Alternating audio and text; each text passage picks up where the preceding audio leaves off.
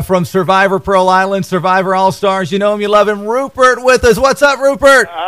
Just hanging out, playing around this morning. I tell you, now it's Friday the 13th. Are you a superstitious fellow? You know, my daughter was born on the 13th. I really like the 13th. We were given $1 million on March 13th.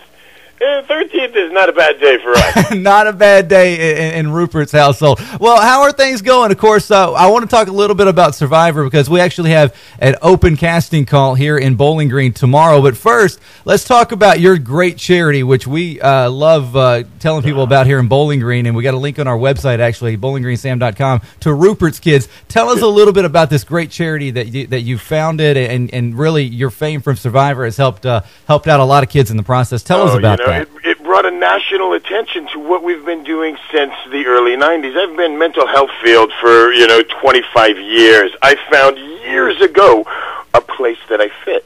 You know, I could be on the care receiver side or the caregiver side. I fit on both sides. But being able to show now the value, what we're doing with Rupert's Kids is taking kids that are living on the streets, that are living in the system, that are kind of lost and don't really understand making that legal living, don't have the ability to read and write and fill out the applications and go through an interview. Right. We take these kids and we teach them. We kind of beat them up a little bit and show them what work is like. We're out there doing a park adoptions program, hand pushing. You know, if I added it all up, we're doing over 20 acres of grass a week, hand pushing with our kids. Last year, we gave back to the city of Indianapolis. We're trying to create that template here that will work nationwide. Right. We gave back to the city $50,000 in work value from our park adoptions program, and that's just one of the byproducts. You know, the product is our kids, teaching our kids how to make it, how to take care of themselves, how to make a legal living, how to get out of our pockets, out of the system, and have their own worlds.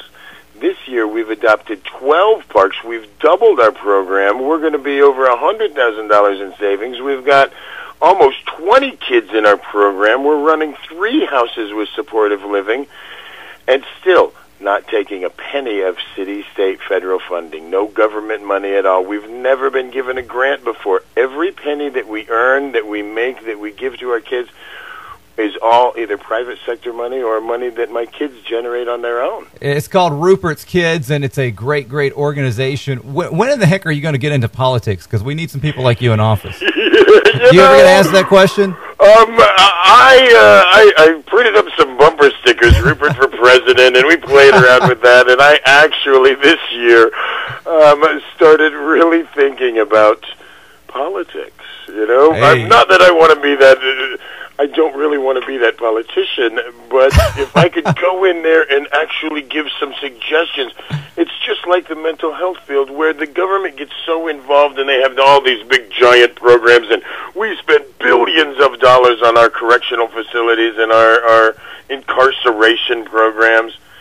Last year, we showed $162,000 was our entire budget. Wow. You break that down per kid, it's $5,000 to $7,000 for a year of training on our kids and housing and feeding it that changes their lives, you know, and gives them back the ability to take care and maintain and give them their life back instead of keeping them in our pocket and these programs that the government runs for $10,000 a month that just teach our kids how to manipulate the system more. Wow. Now, I would say if you had a running mate for president, it probably wouldn't be Johnny Fairplay, right? No! You know, I was at a big reality convention a couple weeks ago, and Johnny Fairplay was one of the guys sitting at one of the tables. You know, it was just a bunch of us sitting around at tables and signing autographs and playing around. It was hilarious. I loved looking down my line, and there's a couple hundred people in my line, looking at little Johnny Fairplay's table, and he's sitting there by himself and looking kind of mean. Every once in a while, he flips us off and says something a little choice to one of the people in my line, and you know, he is the epitome of negative energy. Well, you know, he just walks around with this negative cloud over him, and he gets a lot of work being that negative guy. But I'm so glad that I'm the positive guy. Of course, you made yourself famous, made America fall in love with you on Survivor Pearl Islands and Survivor All Stars. Now, here's the thing: we have actually an open casting call here in Bowling Green tomorrow. The first time we've ever had a Survivor open casting call here. A lot of folks are talking about it. A lot of folks have been asking us about it because they know we know you and our Survivor connection with you. What advice can you give to people out there when they're heading to one of these open casting calls or applying for a show like Survivor? What advice can you give them? Stay away from it altogether. I tell my kids in my mentoring group, you don't want to just tell them who you are.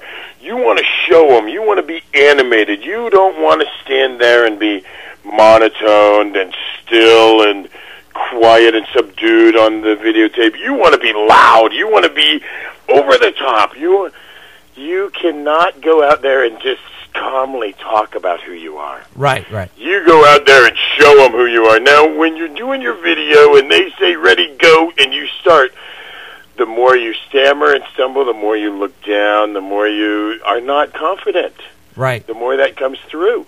Just like, with my kids, when I tell them you're going out for a job interview, filling out an application, you look them in the eye, you look that camera in the eye, you be confident, you be excited, you be pumped up, and you show them that you're going to be a good one out there. Now, what did you do in your casting tape before you got on Survivor? Now, see, I went out there before they even started doing the casting calls, and I just put home movies together. Right. But see, now my home movies are like my daughter and I down in the little dinghy in Everglades, sneaking up on gators and turtles and snakes and fish and catching stuff with our bare hands and bringing it back to the boat. And I got the little alligator. My daughter's got her rubber alligator, and we're dancing him around and give it kisses and let it go. And I played a state fair survivor in Indiana in 2001, made it to the end of that. Right. But brought the wrong person back, and they all voted for her instead of me.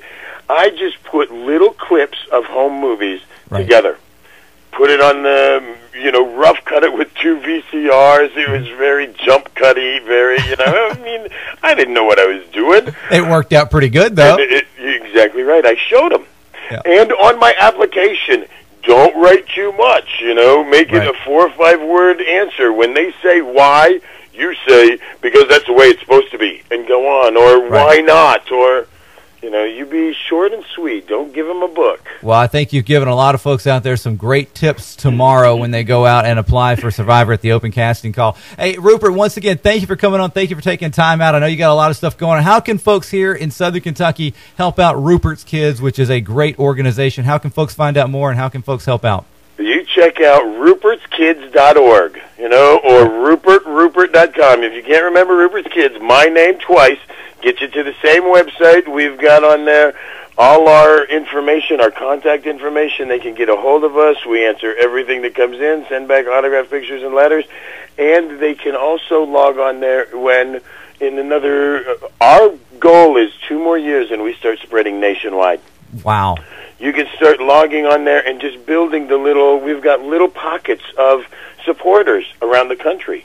And those pockets are where we're going to go to first when we start spreading our philosophies of empowering our youth and giving back the knowledge of vocation and legal living to our kids. Very cool. Rupert, thank you for coming on. Thank you for taking time out. Continue. Best of luck. Hey, we'll be talking to you soon, okay? Cool deal. Thank you so much. You guys take care. There you go, Rupert from Survivor Pearl Islands and Survivor All Stars.